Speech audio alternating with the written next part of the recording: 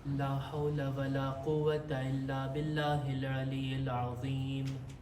أعوذ بالله من الشيطان الرجيم. بسم الله الرحمن الرحيم. الحمد لله الذي جعل الحمد مفتاحا لذكره وسببا للمزيد من فضله ودليلا على آلائه وعظمته. ثم الصلاة والسلام والتحية والإكرام على خير خلقه وأفضل بريته حافظ سره ومبلغ رسالاته الذي سمي في السماء بأحمد وفي الأرض بأبي القاسم محمد. اللهم صل على محمد وآل محمد وعلى أهل بيته الطيبين الطاهرين المعصومين المظلومين ولعنة الله على أعدائهم أجمعين. أما بعد فقد قال الله سبحانه وتعالى في كتابه الكريم. بسم الله الرحمن الرحيم. هل يستوي الذين يعلمون والذين لا يعلمون. صلوات بر محمد و آل محمد.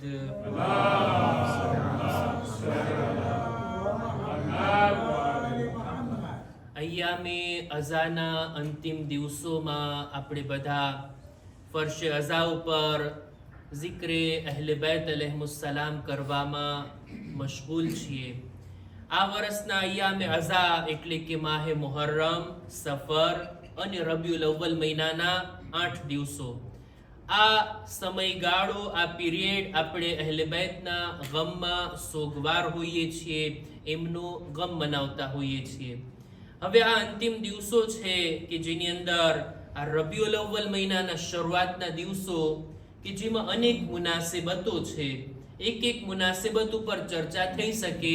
હું ફક્ત ઉલ્લેખ કરું અને આપણે આજની મુનાસિબત કે જેને મનાવવા માટે આપણે જમા થયા છીએ એના વિશે ચર્ચા કરીએ.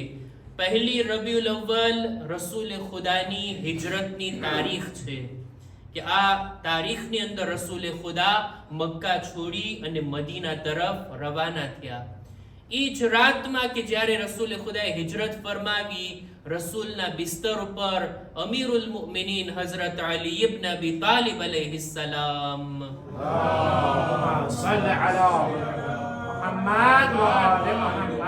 તેઓ સૂએ છે. પોતાની ફિદાકારીને દર્શાવે છે કે યા રસૂલલ્લાહ, તમે જાઓ છો, દુશ્મનો તમારી પાછળ ના આવે એ માટે હું તમારા બિસ્તર ઉપર સૂઉં છું અને મારા સુવાથી જો તમારી જાન બચતી હોય, તમારા વજૂદની હિફાજત થતી હોય તો અલી આ ફિદાકારી આપવા માટે તૈયાર છે. મૌલા અલીની શાનમાં ખુદાવંદે આલમે આ આયતમાં, આ રાતમાં ખુદાએ આયત નાઝિલ કરી કે વમિનન નાસ મન યશરી નફસહુ ઇબ્તિગા મરદાતિલ્લાહ.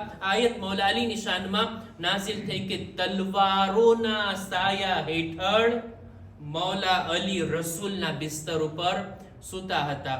બહેરહાલ આ પણ રબિયુલ અવ્વલ મહિનાની શરૂઆતમાં બનાવ બન્યો છે. ત્યારબાદ ગમની મુનાસિબતોને જો આપણે જોઈએ તો રસૂલ ખુદાના દફન થવાની તારીખ પહેલી રબિયુલ અવ્વલ, રહેલત 28 સફર, પણ 3 દિવસ બાદ રસૂલ ખુદાને દફન કરવામાં આવ્યા.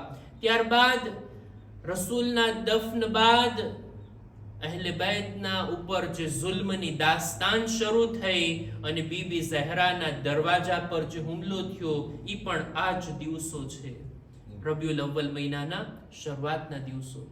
આટલું જ નહીં, આપણા 11મા ઇમામ કે જેમની શહાદત આપણે મનાવવાના છીએ 8મી શબના, એમને આ દિવસોની અંદર ઝહેર આપવામાં આવ્યું હતું અને અમુક દિવસો ઇમામ ઝહેરના અસરથી બીમાર હતા, બિસ્તરે શહાદત ઉપર હતા. એ પણ આ જ દિવસો છે. અને આજની તારીખમાં આપણે જિક્ર કરવો છે 7મા ઇમામના દીકરી. આપણે અહીંયા બીબી માસુમે કુમની યાદ મનાવીએ છીએ આ તારીખની અંદર, જેથી આજે એમનો જિક્ર આપણે કરવો છે. આપણા 7મા ઇમામ કસીરુલ ઔલાદ હતા. મરહુમ શેખ મુફીદ લખે છે કે 7મા ઇમામની ઔલાદ 37 ઔલાદ હતી, 18 દીકરા અને 19 દીકરીઓ. સૌથી વધારે ઔલાદ કોઈની હોય તો આપણા 7મા ઇમામની. પણ આ દીકરાઓ અને દીકરીઓ આટલામાંથી આપણે કેટલાને ઓળખીએ છીએ? દીકરાઓની અંદર આપણા 8મા ઇમામ ઇમામે અલી રઝા અલૈહિ સલામ. اللهم صل على محمد. અને દીકરીઓના સિલસિલામાં એમની બહેન 8મા ઇમામની બહેન બીબી માસુમે કુમ કે જેમનો જિક્ર આજે આપણે કરવાનો છે. બીબી માસુમે કુમની જ્યારે વાત થાય, એમનો જ્યારે જિક્ર છેડવામાં આવે તો બની ના શકે કે ઇલ્મ અને આલિમો ઉલમાની વાત ન થાય. કારણ કે ઇલ્મનું મરકઝ અત્યારે જ્યાં આપણને દેખાય છે દુનિયાની અંદર આલમે તશય્યુમાં, તો ઈ યા તો નજફ છે યા કુમ છે, યા મૌલા અલીના દરબારમાં અથવા તો બીબી માસુમે કુમના જવારમાં આપણને ઉલમા, મરાજે કેરામ, ઇલ્મી વાતો અને ઇલ્મી નૂર જે આપણે અત્યારે મહેસૂસ કરી રહ્યા છીએ દુનિયામાં, એ આ બે જગ્યા ઉપરથી છે. બીબી માસુમે કુમના હરમમાં તમે જુઓ કેટલા ઉલમાની સાથોસાથ આપણને ઝિયારત થાય. ઝિયારત એટલે જીવતા પણ અને ગુજરી ગયેલા બધા ઉલમાથી મુલાકાત કરવી હોય તો તે બીબી માસુમે કુમના હરમમાં. હરમમાં ઝિયારત માટે જ્યારે આપણે જોઈએ કેટલા બુઝુર્ગ ઉલમા દફન છે બીબી માસુમે કુમના હરમમાં. કેટલા ઉલમા આવતા હોય છે બીબીની ઝિયારત માટે. એ જગ્યા ઉપર આપણને આ ઉલમાથી મુલાકાત થાય. મુજના ચીઝ જ્યારે અમુક વર્ષ કોમની અંદર હતો, મેં મારી નજરોથી ઈ ઉલમાની ઝિયારત કરી છે, ઈ ઉલમાને જોયા છે કે જેના અત્યારે ખાલી આપણે નામ સાંભળીએ છીએ. ઈ ઉલમા કે જેમનો જિક્ર હજી સુધી યા તો ઓછો થાય છે, હવે થાશે બાદમાં, કે કેવા કેવા આલિમો હતા કોમની અંદર. એવા ઉલમાની પાછળ આપણે નમાઝ પઢેલી, એ ઉલમાથી વાતો કરેલી, એમને સલામ દુઆ કરેલી, એમને નજીકથી જોયેલા કેટલા બુઝુર્ગ ઉલમા. આ ઉલમા કે જેઓ આ બીબીના હરમમાં, આ બીબીના ગામમાં અને એમના સદકાથી, એમની બરકતથી ઇલ્મી ગુફ્તગુ કરે છે અને ઇલ્મી મેદાનમાં આગળ વધે છે.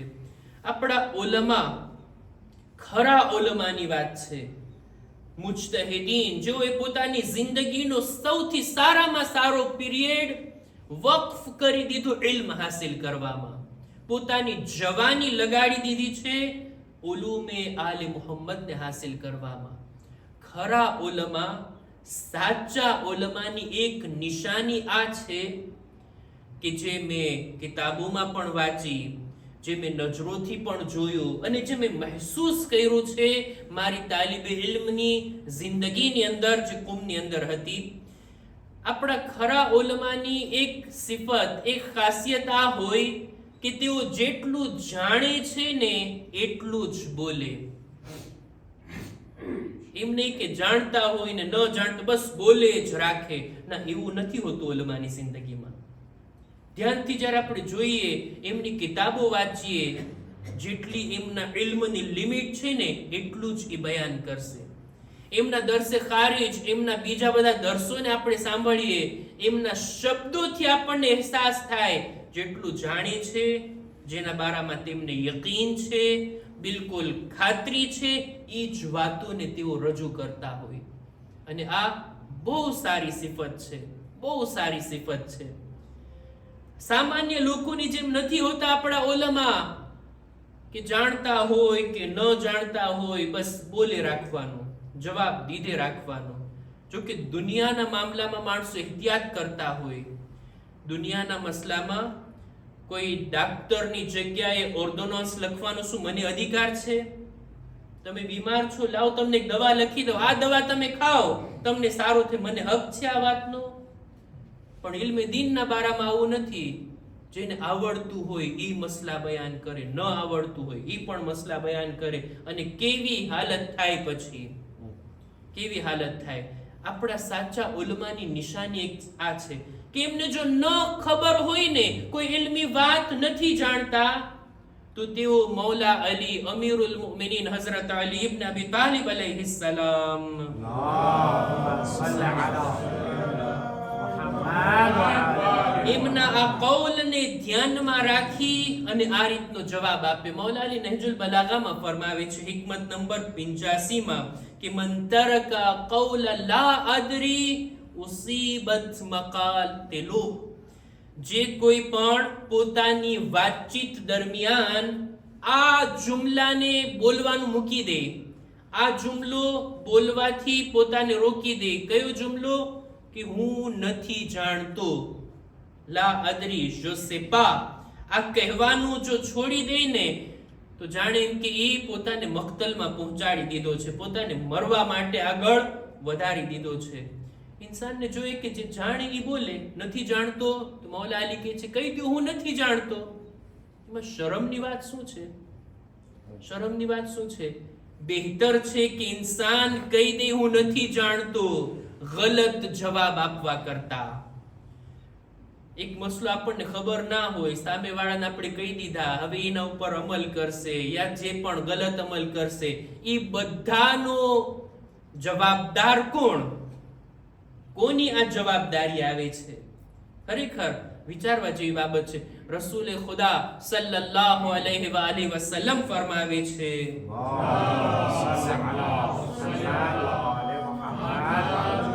અબુ ઝરને નસીહત કરતા, યા અબા ઝર ઇઝા સુઇલતા અન ઇલ્મિન લા તઅલમુહુ ફકુલ લા અઅલમુ. એ અબુ ઝર, જ્યારે પણ તારાથી પૂછવામાં આવે કોઈ એવી વાત કે જેની તને જાણ નથી તો તું કહી દે હું નથી જાણતો, જેથી તું બચી જાઈસ આ દુનિયાના જે કઈ ગલત જવાબના અસર છે એનાથી અને આખિરતમાં અલ્લાહના અઝાબથી તું નજાત પામી જાઈસ. ગલત જવાબ આપવું એટલી મોટી બુરી વાત છે કે એના જે કંઈ પણ અસર હોય, જે કંઈ પણ અસર પડશે દુનિયામાં એની જવાબદારી છે અને આખિરતમાં તો અઝાબ છે જ. આપણા ઉલમાની આ આદત હતી. સારા ઉલમા તારીખની અંદર પણ મળે છે, જૂના ઉલમા અને આજના જમાનામાં પણ. ઇબ્ન અબીલ હદીદ પોતે લખે છે કે એક આલિમે દીન પાસે કોઈ આવીને એક સવાલ લાવે છે, એટલે એ આલિમે દીન જુએ છે કે આ મસલો મને નથી આવડતો, એટલે એને તરત સદાકતની સાથે ચોખવટથી કહી દીધું મને ખબર નથી. એટલે સામેવાળો ગુસ્સે થઈ ગયો, કહે છે હુકુમત તરફથી તમને હક મળે છે, આટલો તમને પગાર મળે છે, તોય તમે એમ કહો છો કે નથી આવડતું.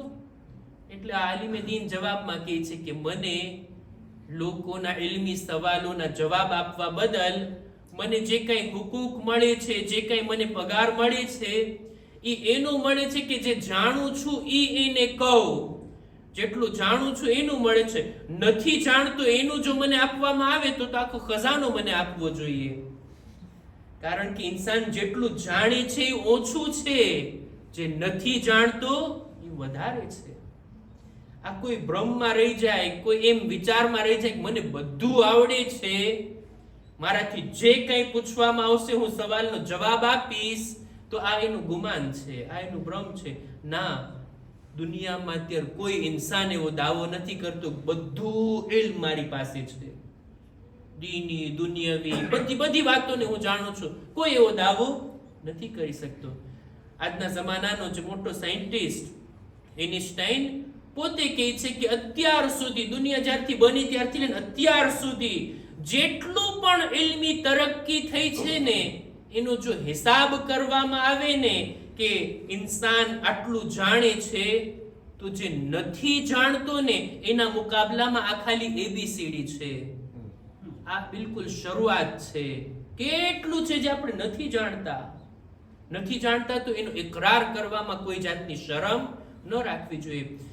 શેખ અંસારી કે જેમની કિતાબો અત્યારે હૌઝાની અંદર પઢાવવામાં આવે છે, છેલ્લા 150 વર્ષથી એમની જ કિતાબો અત્યારે ઉલમાના દર્સના મુબાહિસાના વિષય તરીકે પઢાવવામાં આવે છે. શેખ અંસારી કેટલા બધા તવાઝુ અને ઇન્કિસારી વાળા હતા, કેટલી મોદેસ્તી એની અંદર દેખાતી. આટલા મોટા આલિમ હોવા છતાં જ્યારે પણ એનાથી કોઈ વાત પૂછવામાં આવતી જ્યારે પણ દર્શ આપતા હોય, પોતાના શાગીર્દોની દરમિયાન હોય, કોઈ એક મસલા વિશે ચર્ચા ચાલે, એમને ખબર ના હોય ને તો શરમ રાખ્યા વગર 3 વખત જોરથી કહેતા નમિદાનમ નમિદાનમ, મને ખબર નથી, હું નથી જાણતો. આ આપણા ઉલમાની સીરત હતી કે હું નથી જાણતો તો કહી દે હું નથી જાણતો. જેટલું જાણતા હોય એટલું જ બયાન કરું. આ આપણા ઉલમાની આ ખાસિયત હતી. આયતુલ્લાહ ખુઈ એમના દર્શની અંદર કોઈ નજફથી બહારના કોઈ વ્યક્તિ આવે છે, નજફની બહારના કોઈ આલિમ આવે છે, આવીને એમના દર્શમાં શિરકત કર્યા. આયતુલ્લાહ કોઈ દર્શ આપી રહ્યા હતા મિંબરથી. દર્શની દરમિયાન નીચેથી જ સવાલ પૂછ્યો. એમના ઇલ્મી ચર્ચામાં એક ઇશ્કાલ કર્યા, એક એતરાઝ કર્યા કે તમે જે બયાન કરો છો એમની આનો જવાબ આમ છે, દલીલ પણ લાવે છે. આયતુલ્લાહ ખોઈ પોતે મિંબર પર બેઠા છે, દર્શ આપી રહ્યા છે, વિચાર કર્યા અને સ્વીકારે છે, કબૂલ કરે છે. ભાઈ, હક તારી સાથે છે, તું બરાબર કે છો. આ વાતનો જવાબ આ છે જે એમણે કીધું, એ નથી કે જે મેં કીધું. આયતુલ્લાહ ખોઈના શાગીર્દો આવીને કહે છે, તમે બીજાની વાતને આટલી આસાનીથી માની લીધા? કે છે આ જ ઇલ્મની ખાસિયત છે ને. ઇલ્મી વાત જો હક બયાન થતો હોય તો આલિમો એની સામે ઝૂકી જાય કે ના, વાત તમારી બરાબર છે. બહરહાલ ચાહતો તો ઉલમાનો જિક્ર કરું અને ઇલ્મની એક ખાસિયતને બયાન કરું. બીબી માસૂમા કૌમ, એમની આટલી ફઝીલત, એમનો આટલો મર્તબો, એનું એક કારણ આ હતું કે ઇલ્મી મેદાનમાં તેઓ આગળ હતા, ઇલ્મી વાતોની અંદર તેઓ આગળ હતા. ઇમામે 7મા ઇમામની બીજી બધી દીકરીઓની અંદર ઇલ્મી દરજ્જો એટલો બુલંદ હતો કે 7મા ઇમામની ગેરહાજરીમાં જ્યારે અમુક સવાલો લઈને એમના ચાહવા વાળાઓ બીબી 7મા ઇમામના ઘરે સવાલો રાખીને જાય છે, બીબી માસૂમાએ કોમ એ સવાલોના જવાબ લખીને મોકલાવે છે. એ છે આ તમારા સવાલોના જવાબ આ છે. આ કાફલો, આ લોકો, આ ચાહવા વાળાઓ જવાબને લીધા, ગામની બહાર ગયા અને 7મા ઇમામ સાથે જ્યારે મુલાકાત થઈ, વાત કરે છે, મૌલા તમે તો ઘરે નહોતા, અમે ઇલ્મી સવાલ મોકલા, એના જવાબ આ રીતના આવ્યા છે. 7મા ઇમામ કહે છે, લાવો મને બતાવો. 7મા ઇમામે જ્યારે જોયા, સવાલોના જવાબને જોતા જાય છે અને એ જ જુમલા કીધા જે રસૂલે ખુદા પોતાની દીકરી માટે ફરમાવતા કે ફદાહા અબૂહા, ફદાહા અબૂહા, એ મારી દીકરી ફાતિમા, તારા બાબા તારા પર કુરબાન. જો હું આ સવાલોના જવાબ લખતે તો આ જ જવાબ લખતે જે મારી દીકરીએ લખ્યા છે. આ ઇલ્મી મર્તબો હતો એમનો, અને ઇલ્મની સાથે અમલ એમની સીરતમાં દેખાતું. ઇલ્મની સાથે અમલ. બીબી માસૂમાએ કોમ મદીનાથી જાય છે ખુરાસાનનો રૂખ કરીને, મદીનાથી નીકળે છે, એમનો મકસદ છે ખુરાસાન. શા માટે? બહરહાલ એક ભાઈની મુલાકાતની તમન્ના દરેક બહેનના દિલમાં હોય, પણ જો આ સફરને આપણે એમ જોશું કે એક બહેન ભાઈને મળવા માટે જાય છે તો આ સફરની કિંમત એટલી નહીં દેખાય. પણ જ્યારે એમ વિચારીએ કે આ બીબી પોતાના જમાનાના ઇમામની મુલાકાતે જાય છે, એમના મિશનમાં સાથ આપવા માટે જાય છે, હવે આ સફરની કિંમત વધી જાય છે. 8મા ઇમામની મુલાકાત માટે, પોતાના જમાનાના ઇમામની ખિદમતમાં બીબી આ આટલી લાંબી સફરને તય કરે છે. કોમની નજીક પહોંચતા જ એમના કાફલા ઉપર હમલો કરવામાં આવ્યો. બીબીના ભાઈઓ એમની સાથે હતા, એમની સાથે કાફલામાં જેટલા મર્દો હતા એમને કત્લ કરવામાં આવ્યા. અને એક રિવાયતમાં મળે છે કે આ જ જગ્યામાં બીબી માસૂમાએ કોમને ઝહેર પણ આપવામાં આવ્યું. બીબી માસૂમાએ કોમને જ્યારે જાણ થઈ, ક્યાં છીએ આપણે? કે છે સાવાહ નામની જગ્યામાં છીએ. બીબી કહે છે, અહીંથી કોમ કેટલું દૂર છે? કે છે બાજુમાં જ છે, વધારે દૂર નથી. કે છે મને કોમ લઈ જવામાં આવે. ત્યાં મારા બાબાના શિયા રહે છે, ત્યાં મારા અહેલે બૈતના ચાહવા વાળાઓ રહે છે. જ્યારે બીબી પોતાના સફરને હવે કોમ તરફ વાળે છે, બીબી હવે કોમ તરફ આગળ વધે છે, કોમના લોકોને જાણ થઈ. ત્યાં તો અહેલે બૈતના ચાહવા વાળા રહેતા હતા, ત્યાંના લોકોને જાણ થઈ કે આપણે કેટલા ખુશનસીબ, 7મા ઇમામની દીકરી આપણે ત્યાં આવી રહ્યા છે. કોમના લોકો ગામની બહાર સુધી જાય છે ઇસ્તિકબાલ માટે. હજી પણ બીબી માસુમે કોમની શહાદતના અમુક દિવસો પહેલા હજી પણ એ રીતનું જુલુસ નીકળે છે આ યાદમાં કે બીબી માસુમે જે કોમ આવ્યા હતા એમનો ઇસ્તિકબાલ થયો હતો. કોમના કબીલાના જે મોટા સરદાર હતા તેઓ આગળ વધે છે. મૂસા ઇબ્ન ખઝરજ પોતે આગળ વધ્યા. બીબીની સવારીની રકાબને પોતે હાથમાં લીધા. પોતે પોતાના ઘરને, પોતાના ઘરની બહેતરીન જગ્યાને બીબીના ઉતારા માટે રાખે છે. હજી પણ એ જગ્યા ઝિયારત માટે છે, બૈતુન નૂર, કે જ્યાં 17 દિવસ બીબીએ ઇબાદતમાં ગુજાર્યા અને ત્યાં તેઓ રોકાણા હતા. બીબી માસુમે કોમનો ઇસ્તિકબાલ થયો. औरतो આગળ વધી. બીબી માસુમે કુમને ઇજ્જત ઓ એહતરામથી કુમમાં લાવવામાં આવ્યા. બીબીને સૌથી પહેલા તો પુરસો પેશ કરવામાં આવ્યો. તમારા ભાઈઓને કત્લ કરવામાં આવ્યા, તમારા કાફલા ઉપર હમલો કરવામાં આવ્યો, તમને તસ્લિયત પેશ કરીએ છીએ. અને બીબીને ઇજ્જત ઓ એહતરામની સાથે બૈતુન નૂરમાં આ જગ્યા ઉપર રોકવામાં આવ્યા. હું અર્જ કરીશ, એ બીબી માસુમે કોમ, તમે કેટલા ખુશનસીબ. પહેલી વાર અજાયણા ગામમાં તમે કદમ રાખ્યા. કેવો તમારો ઇસ્તિકબાલ થયો. લોકોએ તમને પુરસો આપ્યા, ઇજ્જત ઓ એહતરામની સાથે તમારી સવારીને આગળ લઈ ગયા અને તમારા રોકાવાની જગ્યાને મુહૈયા કરી.